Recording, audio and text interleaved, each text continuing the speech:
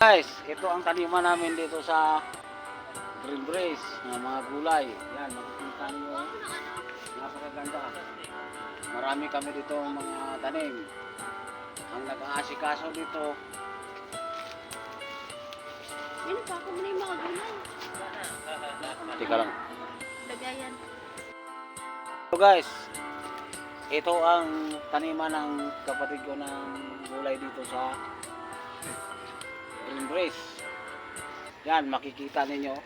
Napakaganda ang mga tanim niya. Palagi kami dito pumunta. Lalo na ngayon makikita kami. Para makikita natin. Maganda ang mga tanim dito.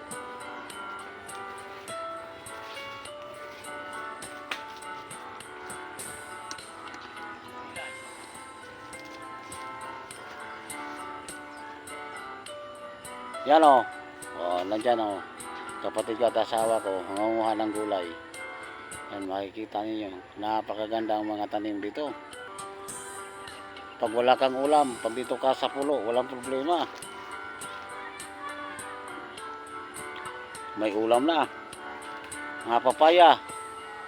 Ang dami.